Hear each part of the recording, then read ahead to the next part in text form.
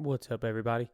Before we get into the actual show, I just wanted to take a minute and tell you how much I really appreciate you spending your time listening to me.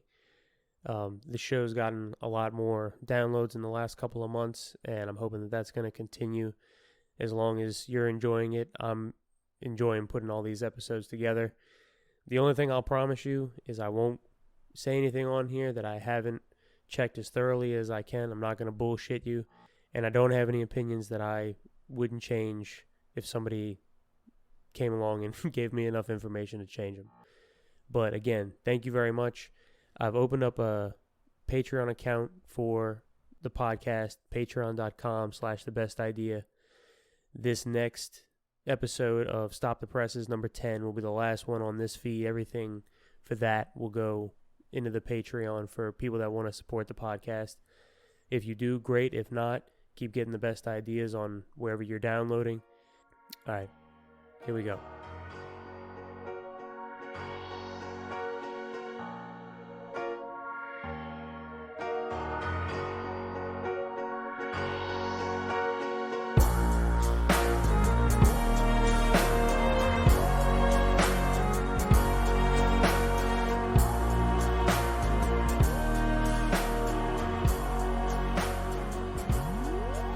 Welcome back, everybody. The Best Idea Podcast. I'm Stephen Cochran. For as long as there have been people trying to live together, there have been rules. And the rules, over time, as the collection of people grew, turn into laws. And for as long as there have been laws, there's been authorities that have been killing people for breaking them. There was a huge city in the Middle East that you might remember from school. It was in Iraq, actually, called Babylon. And that's where the first written laws we have came from. It's where we get an eye for an eye. The ruler at the time, Hammurabi, he had that philosophy of justice. It's just a straightforward way to think about crime and punishment. What you do can be done to you. Intention doesn't even matter. You didn't have to purposefully take somebody's eye. But it's also a restriction. You can only take an eye for an eye. It allows retaliation, but it doesn't allow escalation, just out of anger, strangely. It's 20 different crimes you could get killed for in Babylon, though. Footnote for the entire episode, though, almost none of this applies to rich people. Never really has. So for the non-rich, if you killed somebody, obviously you were killed. If you were caught stealing a child, death. Perjury, if you lie to about somebody that's on trial, even if the trial is not about something that might lead to their death, you'd be dead anyway. But stealing was a death sentence. Not only was stealing a death sentence for the person that did the stealing, but if you took stolen goods, whether you knew they were stolen or not, you were killed too. If a wine cellar in Babylon had suspicious characters hanging around her basement and didn't arrest them herself and turn them into the king, death. So that was our start, more or less. I'm speaking of us as a group. I just mean, societies all taken as a whole. Methods have changed a lot. You ever heard of the term broken on the wheel? It's a lot more literal than you might think. So if convicted, they broke you with a wheel. They didn't break you on the wheel first. They broke you with the wheel. A big wooden wagon wheel looking thing. And would just smash it into your bones. And then lay you down, back facing down, onto another wheel. So just imagine like a wooden tractor tire. And they'd lay you on your back, hands over your head, like you're reaching for the ceiling and the floor backwards. And so there you are, broken on the wheel. And you were broken before you got on the wheel. I didn't realize that was the way that happened. And then you were probably decapitated, usually. We don't crucify people anymore either, which I think is a positive step. Actually, you can still be crucified in Saudi Arabia. So there are exceptions. But technically, they'll only do it after you've already been beheaded. So I don't know if that counts. But generally speaking, crucifying's off the books around the world. It was never really widely used anyway. I mean, the amount of time it took, you had to really want to send a message to just be crucifying people. It's easier to just tie somebody up and toss them in a river. It's mostly hangings and injections and shootings these days. Now, most countries, especially the ones that are considered the most developed, have gotten rid of the death penalty entirely. The United States still has it. Federally, we have it. The whole country has it. There's laws that the U.S. government can issue the death penalty for, and 25 states inside the country have it. So like in 2019, Texas executed more people than Yemen, and almost as many as Somalia. That's right now what the company of the death penalty club looks like. China executes a few thousand people a year. But because it's China, nobody knows how many it really is. Saudi Arabia, as we discussed, not only can you still die, they'll still behead you. Iraq, Egypt, Pakistan, South Sudan, just the beacons of freedom and justice. I mean, America hasn't been that much different. Granted, we don't have crucifixions on the books. Hangings, though, we used to do a lot of hangings, public hangings. Public hangings were really big events back in the day. And depending on the colony you were in, the crime could be anything from stealing bread to witchcraft. Very hard to prove you didn't commit witchcraft. It isn't really the national government that's done most of the executing. The colonies in the states, they always had more laws on the books that would get somebody killed. And that makes a lot of sense. When you commit a crime in a state, it should be on the state to take care of it. It's their jurisdiction. The last public hanging we had was in Kentucky, 1936. It was a man named Rainey Bethea. Allegedly, he confessed to rape, but he was black and the victim was white, and he pleaded his innocence the whole way through. So you'd have to imagine he probably wasn't guilty. But either way, he was convicted, and the state hung him in a parking lot. 20,000 people in 1936 gathered to watch this hanging. 20,000. How many people do you think would show up for a public execution now? More or less than 20,000. Anyway, starting like 250 years ago, some states, they started getting rid of it. And the Supreme Court, started chipping away at the things that you could execute people for, at least the national government. Over time, it's been limited to only crimes involving death. You have to kill somebody during the commission of a federal crime to get the death penalty from the federal government.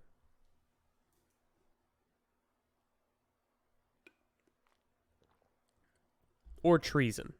Treason's still on the books. There's 40 different ways that you can commit murder, and the federal government will execute you for it. Death resulting from aircraft hijacking. murder by the use of a weapon of mass destruction, mailing of injurious articles with intent to kill or resulting in death. So that's the only other one without actual death in it that can get you killed. But there's an example that stands out to me of this happening with the government. And it was at the end of World War II. And we think of the people, not only that kind of lived in that generation, but definitely people that fought in that World War as, they're called the greatest generation, but they're generally looked at with a lot of reverence, positivity. There's usually only good things said about this group of people. But there was an ugly part of the war. Well, there's a lot of ugly parts of the war, but one of them was a lot of soldiers deserted their posts. A lot. Like 21,000 soldiers were guilty of desertion during World War II. Now, that was illegal. That can get you killed. Now, this was mostly because the missions they were being sent on, they probably felt they had a high likelihood of dying, and they didn't want to do that. It's not the most unreasonable thing in the world. But only one guy was killed for it. 21,000 soldiers, one guy was killed for it to set an example. Eddie Slovik. It was January 1945, right before the end of the war. It ended in 45. Was sat down and shot 11 times after facing trial in Germany. In fact, one of the judges was later captured during the Battle of the Bulge and was held in a German prison. And actually, after going through that, he expressed how he would have made a different judgment after having that experience, because he had never served in that part of the war. And after having seen what goes on the front lines, where Eddie Slovik would have been fighting, he said that he shouldn't have committed him to execution. No one that sentenced Private Slovik to be shot had served on the front line like he did. And he was one out of 21,000 to be killed for that crime in that war. First since the Civil War, actually, to be shot for desertion. And so why am I bringing this up?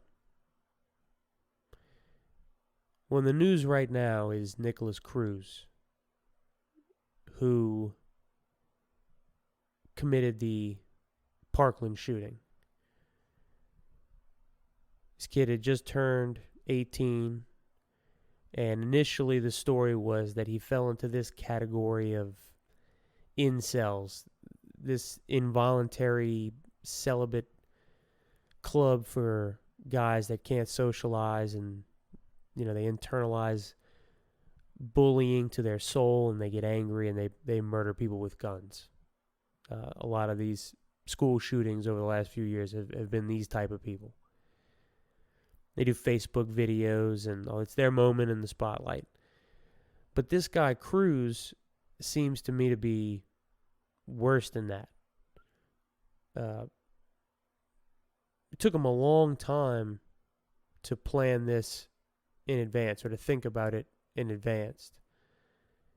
And he just so happened to be adopted into a house with a very weak parent that fed into the worst parts of his personality. So after he murdered all these teenagers, there was a huge investigation.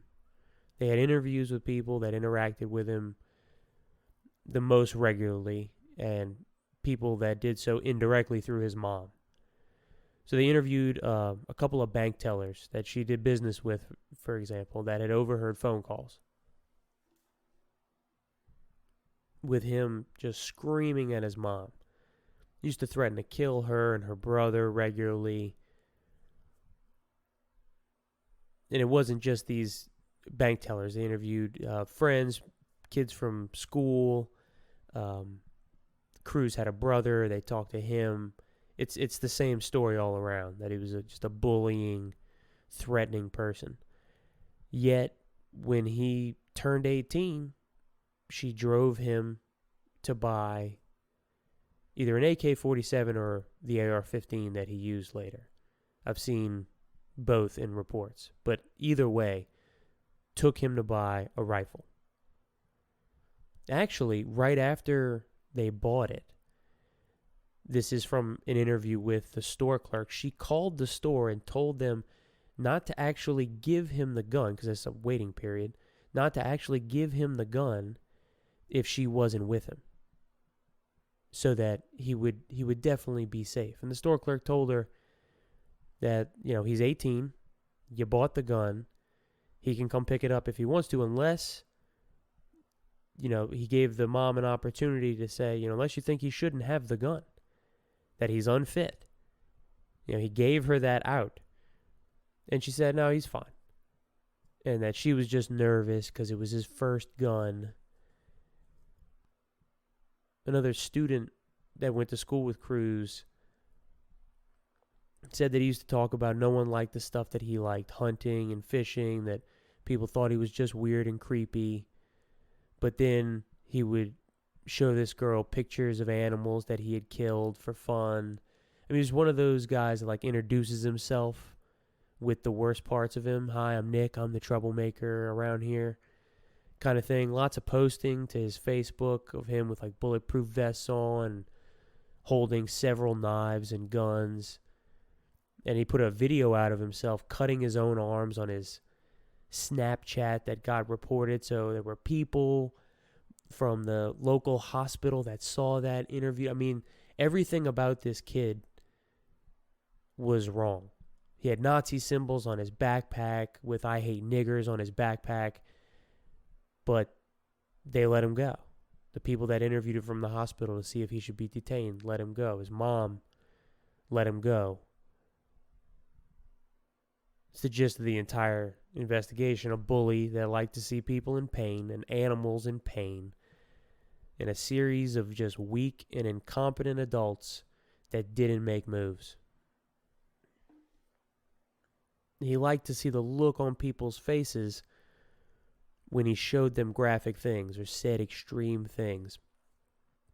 But I'm sure he did hate that nobody liked him, so you mix all that together. I mean, I don't believe in evil, but I do believe in sickness, and this was one sick motherfucker. He took an Uber to his school around 2 p.m. with a duffel bag that had the semi-automatic AR-15 in it. And there's some confusion, I guess, but semi-auto just means that each time you pull the trigger, one bullet comes out. One round is expended. So he walked on campus, and he was noticed by a couple of people. Apparently, he was kicked off campus enough that people knew him by sight and knew that he wasn't supposed to be there. But nobody made moves. So he went in, unpacked his duffel bag. Another kid ran into him, and he told that kid to leave because it was about to get messy. So that kid runs off, tells somebody on the staff who does nothing. And when he's done, he stands up, pulls a fire alarm. Kids or staff are exiting the rooms. He starts shooting. Fired into the classrooms where people were trying to hide. Got to be scared shitless, getting under desks, huddling in a corner. Walked up to the second floor, same thing. Shot over 100 rounds in 4 minutes. Executed 17 people. Most of them teenagers that went to the school. After he stopped shooting, he dropped his shit, ran out of the school with the other kids. Made it to get something to eat. He was arrested later that day. Well, he just pleaded guilty a few days ago to all 17 counts of murder. And he made a statement in court. Actually, we can just listen to it really quick. Is there anything else that either side wishes to add to the record or present at this time? I believe Mr. Cruz wanted to make a statement to the court and to the victims present in the courtroom. Okay. May I take off my mask? Sure. I am very sorry for what I did, and I have to live with it every day. And that if I were to get a second chance, I will do everything in my power to try to help others. And I am doing this for you, and I do not care if you do not believe me. And I love you, and I know you don't believe me, but I have to live with this every day. And it brings me nightmares, and I can't live with myself sometimes. But I try to push through because I know that's what you guys would want me to do. I hate drugs, and I believe this country would do better if everyone would stop smoking marijuana and doing all these drugs and causing racism and violence out in the streets. I'm sorry, and I can't even watch TV anymore. And I'm trying my best to maintain my composure, and I just want you to know I'm really sorry. And I hope you give me a chance to try to help others. If I believe it's your decision to decide where I go and whether I live or die. Not the jury's. I believe it's your decision. I'm sorry. Okay, anything else? I mean, none of that sounded sane, right? I'm very sorry for what I did. I have to live with it every day. And then if I were to get a second chance, I will do everything in my power to try to help others. I'm doing this for you. He's talking to the families of the victims, the families of the people that he massacred that day. He said, I'm doing this for you. I do not care if you do not believe me, and I love you. I know you don't believe me, but I have to live with this every day.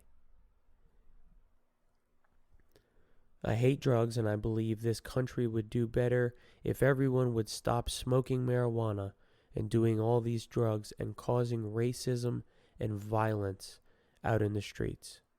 I'm sorry, I can't even watch TV anymore. That's what he had to say. You know, the problem is that the death penalty is not bad enough for the ones that deserve it.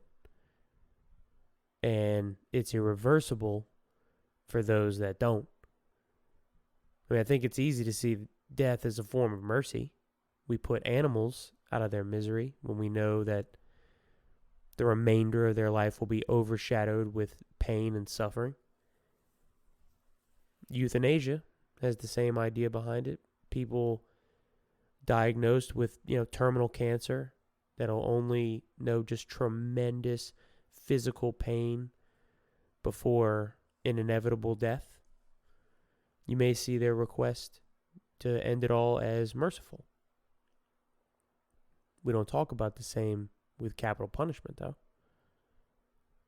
It's a punishment.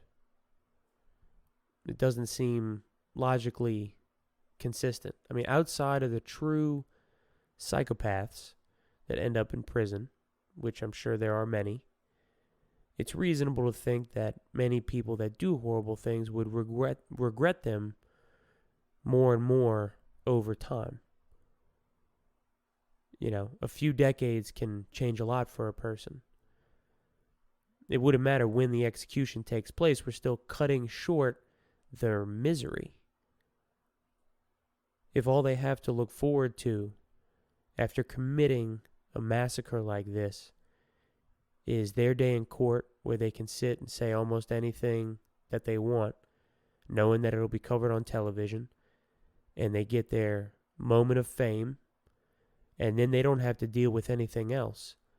They just sit in a chair, lethal injection, and it's over. What a way to go out compared to how it could be, where you sit in a box and we take decent care of you and you have to stay up every day with that. And it removes the deterrent aspect of it too. Out of sight, out of mind, rather than letting the symbol of justice served the convicted criminal sit in jail for the country, for everyone to see. You remove them from view. Let anyone thinking this way, that this is going to be their outlet, because crazy people will do things always, but they do make choices like this guy did over what their outlet's going to be. Let anyone think in this way. They won't go out in some blaze of glory after some courtroom drama. They're just going to sit and grow old in a room and every day live a non-life. I mean, even when considering all the things surrounding this Parkland shooting, I still say don't kill this kid. And it doesn't have shit to do with the sanctity of life. I don't think his life is sacred. Stick him in a room, maybe study his brain, see if we can figure out what's wrong with him, and if it's something we can find out from, in younger kids, and let him live in a room for 60 years. Don't let him go in the ground and feel nothing. Make him stay alive and feel everything every single day. Wake up, go to sleep with only your thoughts to keep you. That's justice, not vengeance. Vengeance isn't nearly as satisfying. This goes for every single guilty person of taking a life on purpose, maliciously, or rape or abusing a child. Let them fucking rot. And then what about when we get it wrong? How do we reconcile the judge that had Eddie Slovik shot 11 times after he served some amount of time in World War II? How do we reconcile the judge having a change of heart afterwards? I've heard it said before that a few innocent victims is worth a system of justice that works most of the time. Nothing's perfect. Would any of those people give their lives for this system? If it was just, your number that came up, wrong place, wrong time, and you end up with all 4 limbs strapped down to a table, pleading your innocence or accepting your fate. It's easy to say the words death penalty and walk on. I believe in capital punishment. And then what's the number? How many actually innocent people is acceptable to be killed? 1? 1 per year? 100? 100 people can die innocent of their crimes as long as we get some of the real murderers too? How about 1,000? We call it 1,000? How about 2,857? Since 1989, when we started keeping track of this, that's how many people have been let out of prison due to wrongful convictions. 2,858. If you add up all the years that they served, these 2,857 people, it's just over 25,000 years. 25,000 years of life stolen. And there's been about 1,500 executions over roughly the same time. Well, actually, no. Since about 1970, there's been 1,500 executions. How many of them do you think were killed for something they didn't do? I mean, we're talking about the laws for punishment that government should have on the books. We're not talking about our individual feelings toward the crimes themselves. Laws are there to take away the emotion from human decisions. He even understood that in Babylon when he was writing the original laws. They're there to prevent blood feuds and vigilante justice. Laws are on the books so that no matter how furious we are, or hurt, or indecisive, we've got the books. And you can't write vengeance into the books. We, the citizens, the public, need to be very careful about the authority we allow the government to take. You might remember something from 2011. Happened in Norway. It's not a country you hear about a lot. But in 2011, they had an attack carried out by one guy, killed 77 people. I've talked about him a little bit on a previous show. Anders Breivik, he planned this attack for 9 years. He did a lot. He set up shell companies to buy supplies, fertilizer to build a bomb for phase 1 of his plan, and then acquired weapons for phase 2. So it was July 22nd, 2011. He dressed like a cop, and he set off a bomb in the capital of the country, Oslo. He set it near the office of the prime minister, the head of that government, because she was supposed to be there, but she wasn't. That bomb killed 8 people, injured dozens others. This is not even a country that's really used to this kind of violence. It's a really peaceful place. So while the emergency personnel responded to the catastrophe, trying to figure out what happened, he drove to the coast, still dressed to look like the police, took a ferry to an island just off the coast where there's this annual gathering of kids that associate with like leftist policies, like progressive teenagers in the United States, except probably a little more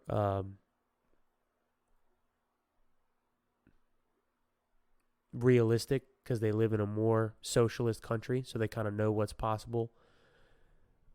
Anders tried to convince a camp supervisor as soon as he got there that he was a cop, but she alerted the security, so he killed both of them. And after that, he unpacked his AR-15 and started shooting. So the island's only 26 acres. And for perspective, a normal city block is about 2 acres. So the island's about 26 acres. And there were about 500 kids there. 564 people on the island. And he was walking around shooting for about an hour and a half. Now, luckily, a lot of those kids had been on this island before, and they knew the best places to hide. Apparently, it has these caves that you can only access through the water.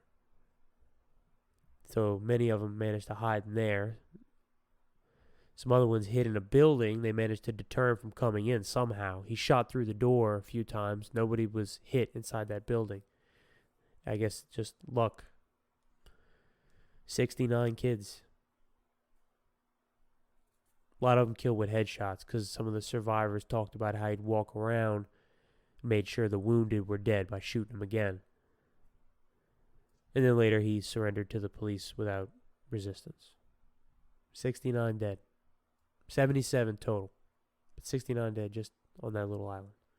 And 55 others seriously wounded. And then who knows the trauma held by the rest.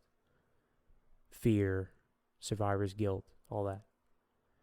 So Anders was tried and sentenced to 21 years. And every 5 years after that, they have a court that decides if he needs to be remanded for another 5 years. And they found him insane. He planned this for years, for 9 years. And he believed deeply that these kids and what they represented was like communism, and it was going to lead to the downfall of humanity. I mean, they obviously have a very different system of justice than we do. Probably one that we wouldn't recognize. Given all this horror brought by this person, they refused to take his life. Because they still technically had the death penalty on the books. They could have done it if they would have found him sane. And it would have been relatively easy to find someone sane that spends so much time methodically planning such a complicated attack. But they didn't do that. They didn't stoop to his level. I think it offers them a confidence in their morality. It means something to live in a place where you know the authority is being as fair as possible. They fully abolished it in 2014. This was 2011. And it isn't about being a country that's better or worse or any of that. It's about fairness. This 2011 massacre, they decided it wasn't this man's fault, that he was insane enough to murder all those people. They say that anybody capable of that sort of murder is not sane. So they can't be killed. Every human has a right to life. Now, Norway is about the size of Arizona, and it only has 5 million people in it. So when something happens to 564 of them, almost everybody knows somebody that's been affected by it, or their family. When things like this happen, I mean, grief is one thing for the people in California when they heard about the school shooting at Virginia Tech in 2007. I'm sure that everybody across the country was feeling the same thing, but there's a difference. It's another thing for the people that lived in the small town of Sandy Hook when they had 20 children under the age of 10 murdered at their school by Adam Lanza. Maybe 20,000 people in that town in Connecticut. So the entire country of Norway was going through that level of grief, that latter level, that level of rage and just primal aggression. I mean, just you'd want vengeance. But they didn't kill him. So what's the best idea? If we're going to keep it up, it's got to be public. If we're going to have a system that allows for a government to take a life legally, then we all have to be a party to it. Because if 10 years later we discover the person we injected or shot or electrocuted, cooked really, and we find out they didn't do it, then we all get to live with that image. If your state is executing somebody, that needs to be on public television. Put the kids to bed early. If you find that idea grotesque, watching someone die, totally understand. But you can't keep your hands clean. And as far as the executioner, the person that pushes the button or pulls the lever or pulls the trigger, they get to have an assistant that's chosen the same way that you do a jury. You have to sign up. Selection will be random. You go through a little bit of training, and you help. If we want to roll the dice like this, everybody gets their hands dirty. But I think actually the best thing would be to scrub this off the books. We don't want on the list of punishments that a government can inflict on citizens is death. We don't want that. We have the capability to lock people up securely for as long as is needed. But we don't have the capability to be perfect in our judgments.